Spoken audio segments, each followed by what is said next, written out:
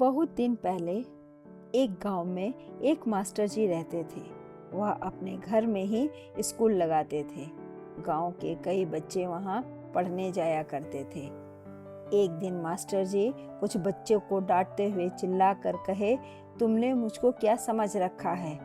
मैंने न जाने कितने को गधों को आदमी बनाया है। उसी समय मास्टर जी जब ये कह रहे थे, एक धोबी उधर से गुजरा।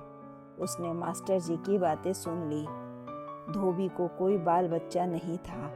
मास्टर की बात सुनकर वह घर दौड़ा गया। घर पहुंचकर उसने धोबिन से कहा, अरे तू जानती है? धोबिन ने कहा, बिना बताए भला कैसे जानूंगी? धोबी ने कहा, यह अपने गांव का जो मास्टर जी है ना, वह कहते हैं कि वह गधे को आदमी बना सकते हैं। मैं अपने कानों से सुनकर आया हूँ। धोबिन ने खुश होकर कहा, यह तो बड़ी अच्छी बात है। हमारे कोई बाल बच्चा नहीं है, क्यों ना हम भी अपने गधे को आदमी बनवा लें। धोबी ने कहा, मेरे मन में भी यही बात आई थी, तभी तो मैं तुमसे दौड़कर कहने आया। मोती हमारा सबसे अच्छा गधा है। मैं उसे कल मास्टर जी के पास ले जाऊंगा और कहूंगा उसको आदमी बना दे। धोबिन राजी हो गई। दूसरे दिन सवेरे धोबी मास्टर जी के घर पहुंचा और नमस्ते करके बोला, मास्टर जी एक विनती है। मेरे कोई बाल बच्चे नहीं हैं, पर गधे कई हैं। मेरे एक गधे को आप लड़का बना दो, जिससे कि हमारे बुढ़ापे के लिए सहारा हो जाए। मास्टर जी यह सुनकर हैरान रह गए। उसने कहा, भले आदमी, तुम्हारा दिमाग तो खराब नहीं हो गया है क्या? अंट संट बक रहे हो। कहीं गधा भी आदमी बन सकता है? धोबी ने गिड़गिड़ा कर कहा, मुझे टालो मत मास्टर साहब, मैं अपने कानों से सुन चुका हूँ। कल आप खुद कह रहे थे आपने बहुत से गधों को आदमी बनाया है। मेरा काम आपको करना ही होगा। मास्टर जी ने धोबी को बहुत समझाया। वह जो चाहता है वह असंभव है, पर धोबी ने एक ना मानी। हार मारकर मास्टर जी ने सोचा, इसको बेवकूफ बनाना चाहिए। कुछ सोचकर मास्टर जी ने कहा, देखो मेरे भाई, यह काम मैं नहीं करता हूँ, पर तुम्हारे खातिर कर दूंगा। मैं तुम्हारे गधे को आदमी बना दूंगा, पर इसमें समय भी लगेगा और धन भी। धोबी ने पूछा, कितने रुपए लगेंगे मास्टर साहब, और समय कितना लगेगा?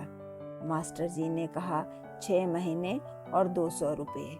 धोबी ने खुश होकर कहा, तो मैं कल रुपए लेकर आऊंगा। धोबी ने घर जाकर धोबिन को सारा हाल सुनाया। धोबिन यह सोचकर बहुत खुश हुई कि अब उनके घर में भी लड़का होगा। उसने जो रुपए बचा कर रखे थे, उसमें से 200 रुपये गिनकर धोबी को दे दिए। धोबी अपने गधे को लेकर मास्टर जी के घर पहुंचा। मास्टर जी को रुपए देकर बोला, मास्टर साहब, यह रहे आपके रुपए और यह रहा मोती।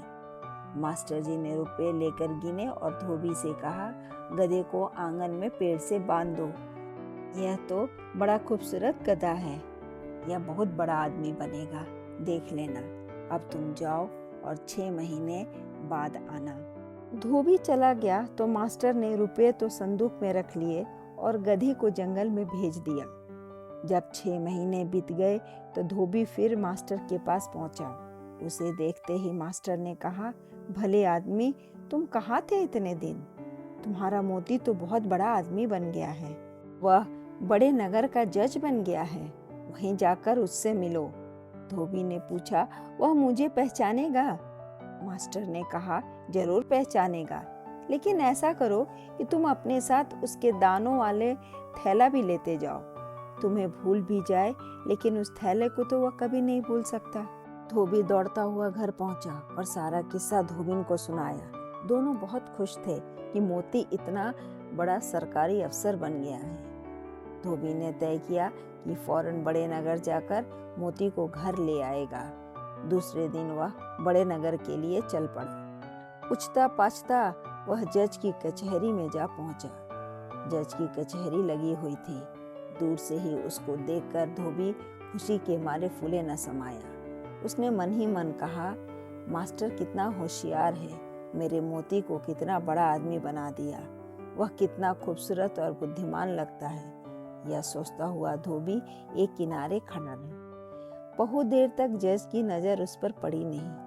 धोबी ने बहुत कोशिश की कि किसी तरह जज उसको देख ले, पर जज ने उसकी तरफ देखा ही नहीं। अचानक जज ने इधर उधर नज़र घुमाई। धोबी ने चट उसके दाने का थैला दिखा दिया। जब जज इधर मुड़ता तो धोबी उसको थैला दिखा देता। जब जज ने बार बार धोबी को ऐसे करते देखा तो उसको बुला भेजा। धोबी ने खुश होकर मन ही मन कहा, आखिर मूर्ख ने मुझको पहचान ही लिया। जज ने धोबी से पूछा कि वह कौन है और क्या चाहता है। धोबी को बुरा लगा। उसने कहा, क्यों रे, तू अपने मालिक को ही नहीं पहचानता? इतना घमंड हो गया है तुझे? उसने थैला उठाकर कहा, अच्छा, मुझको भले ही ना पहचान, लेकिन इस थैले को तो पहचानता होगा। इसी में से तो तू रोज दाना खाया करता था। मास्टर साहब ने तुझे आदमी बना दिया तो पिछली बातें सब भूल गया। फिर कुछ नरम पड़कर धोबी ने पुचकार कर कहा, चलो बेटा मोती, घर चलो, तुम्हारी मालकिन तुम्हारा रास्ता देखती होगी। पहले तो पागल समझकर जज को उस पर दया आई, पर धोबी अपनी जिद पर अड़ा रहा। परेशान होकर जज ने दरबान को बुलाकर धोबी को कचहरी के बाहर निकलवा दिया। अब तो धोबी के गुस्से का ठिकाना न रहा। वह चिल्ला चिल्ला कर कहने लगा, कैसा नमक हराम है, यह तो असल में गधा है। मैंने मास्टर साहब को 200 रुपये देकर और मिन्नत खुशामद करके इसको आदमी बनवाया, और अब इसने मुझी को धक्के देकर बाहर निकलवा दिया। क्या यही न्याय है? मैं भी बच्चों को ऐसा मजा चखाऊंगा कि वह भी याद करेगा। धोबी सीधे मास्टर साहब के घर पहुंचा। मास्टर को सारा किस्सा सुनाकर उसने कहा, मैंने कभी नहीं सोचा था कि मोती ऐसा नमक हराम निकलेगा। अब एक कृपा और करो मास्टर साहब, उसको फिर से गधा बना दो। मास्टर बोला, अच्छी बात है, उसको मैं फिर से गधा बना दूंगा, लेकिन 200 रुपये और लगेंगे। तुम 1 हफ्ते बाद रुपये लेकर आना। 1 हफ्ते के बाद धोबी रुपये लेकर मास्टर के घर पहुंचा। इसी बीच मास्टर ने मोती को जंगल से पकड़वा मंगाया था और अपने आंगन में बांध रखा था। धोबी ने पहले मोती को 2-4 लातें लगाई, फिर मास्टर को रुपये देकर मोती को खोला। तब उसको 2-4 लातें और जमाकर धोबी ने पूछा, कहिए जज साहब, अब तो मुझको पहचानते हो ना? मैंने भी कैसा मजा चखाया। फिर गधे को गधा बना दिया। धन्यवाद।